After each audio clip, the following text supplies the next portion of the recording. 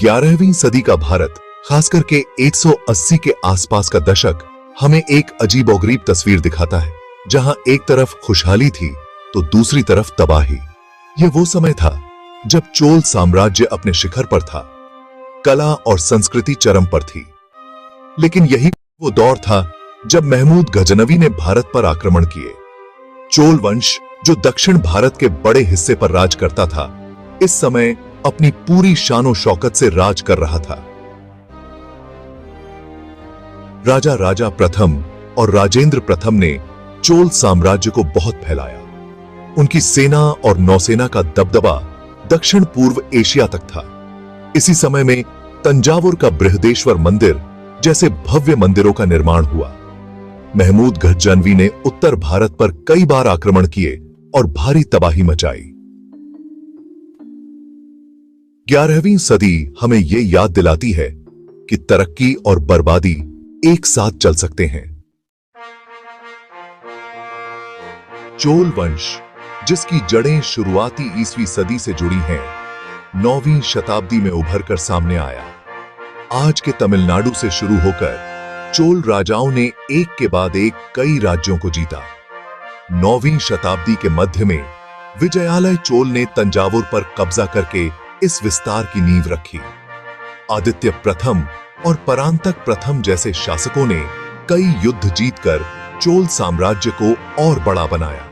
उन्होंने पल्लव, पांड्य और राष्ट्रकूट राजाओं को हराकर दक्षिण भारत पर अपना कब्जा मजबूत कर लिया। चोल सेना अपनी अनुशासन और कुशलता के लिए मशहूर थी, जिसमें पैदल सैनिक, घुड़सवार और हाथी शामिल थे।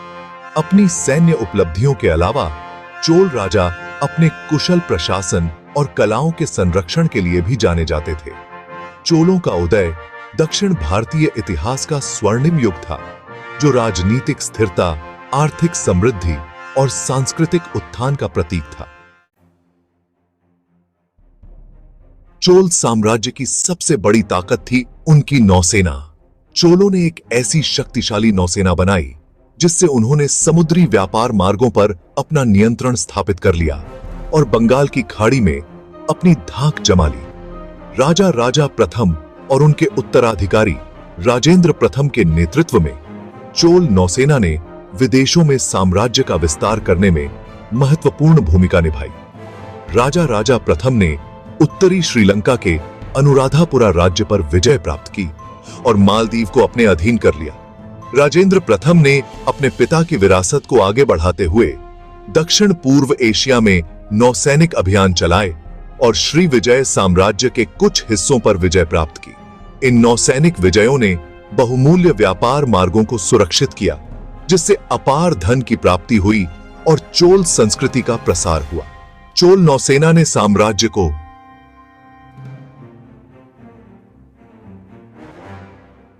एक प्रमुख समुद्री शक्ति के रूप में स्थापित करने में महत्वपूर्ण भूमिका निभाई।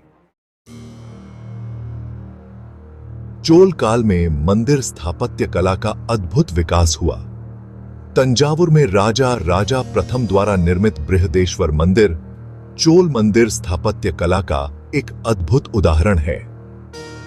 ग्रेनाइट पत्थर से बना यह विशाल मंदिर चोल शिल्पकारों के इंजीनियरिंग और कला कौशल का प्रमाण है। चोल काल के अन्य उल्लेखनीय मंदिरों में दारासुरम में ऐरावतेश्वर मंदिर और गंगईकोंडा चोलपुरम मंदिर परिसर शामिल हैं। चोल मंदिर एक बड़ी मंदिर केंद्रित अर्थव्यवस्था का हिस्सा थे, जो महत्वपूर्ण भूमि धारक और शिक्षा के केंद्र के रूप में कार्य करते थे। मंदिरों में कई पुजारी, कारीगर और मजदूर काम करते थे, जो आर्थिक गतिविधियों का केंद्र थे। इन भव्य मंदिरों के निर्माण और रखरखाव के लिए उच्च स्तर के संगठन और संसाधन जुटाने की आवश्यकता थी। चोल इन पहलुओं में उत्कृष्ट थे।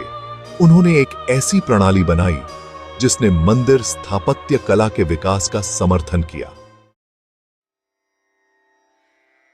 चोल मंदिर स्थापत्य कला का महत्व इसकी सौंदर्य प्रतिभा से कहीं आगे तक फैला हुआ है। ये मंदिर चोल समाज के सूक्ष्म जगत थे, जो साम्राज्य की राजनीतिक, आर्थिक और सामाजिक संरचनाओं को दर्शाते थे। इन मंदिरों का विशाल आकार और भव्यता चोल शक्ति और शाही अधिकार के प्रतीक थे।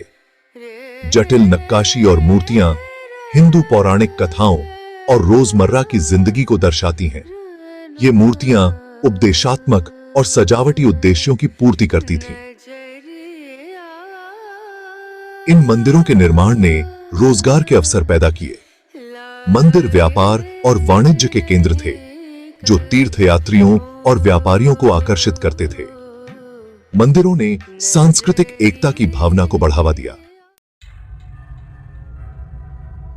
जब चोल अपना साम्राज्य बना रहे थे, उत्तर पश्चिम में एक तूफान उठ रहा था।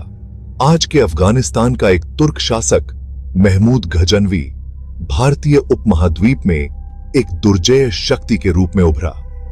धार्मिक जोश और लूट की प्यास से प्रेरित होकर गजनवी ने भारत में विनाशकारी आक्रमणों की एक श्रृंखला शुरू की। गजनवी के अभियान उनकी क्रूरता और विनाशकारिता के लिए जाने जाते थे। गजनवी के सबसे कुख्यात हमलों में से एक गुजरात के सोमनाथ मंदिर को निशाना बनाया गया था।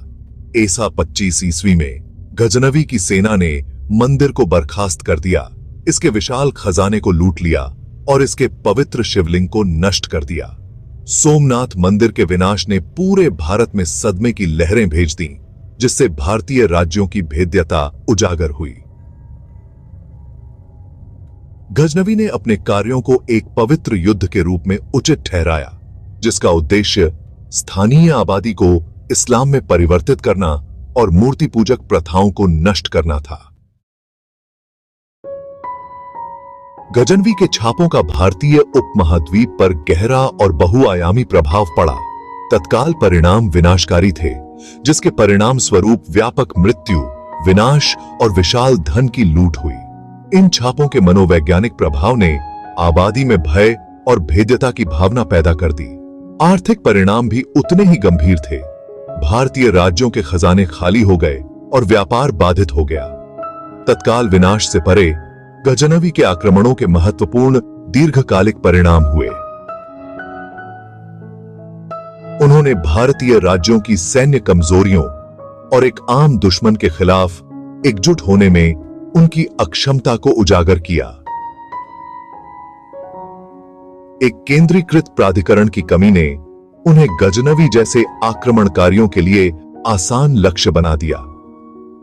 गजनवी के छापों ने मध्य एशिया से आने वाले आक्रमणों का मार्ग प्रशस्त किया, जिसकी परिणति दिल्ली में मुस्लिम शासन की स्थापना के रूप में हुई।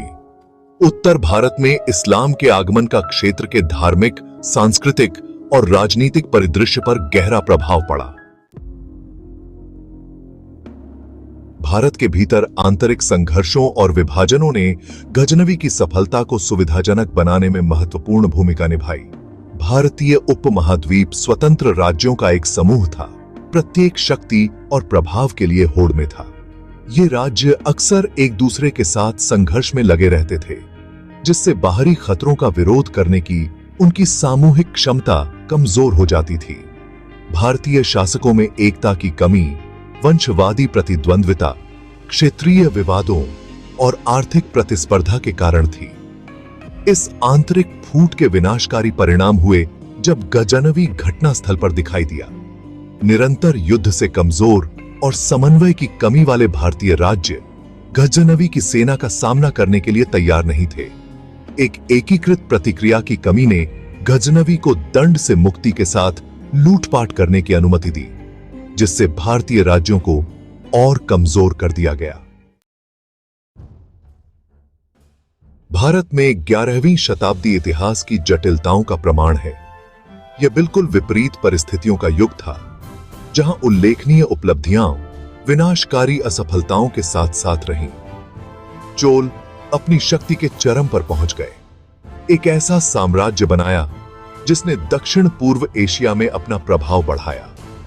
उनके भव्य मंदिर आज भी विस्मय और आश्चर्य को प्रेरित करते हैं। हालांकि इस अवधि में महमूद गजनवी के विनाशकारी छापे भी देखे गए। गजनवी के आक्रमणों ने भारतीय राज्यों के आंतरिक विभाजनों और सैन्य कमजोरियों को उजागर किया। फिर भी उथल पुथल और विनाश के बीच लचीलापन की भावना बनी रही।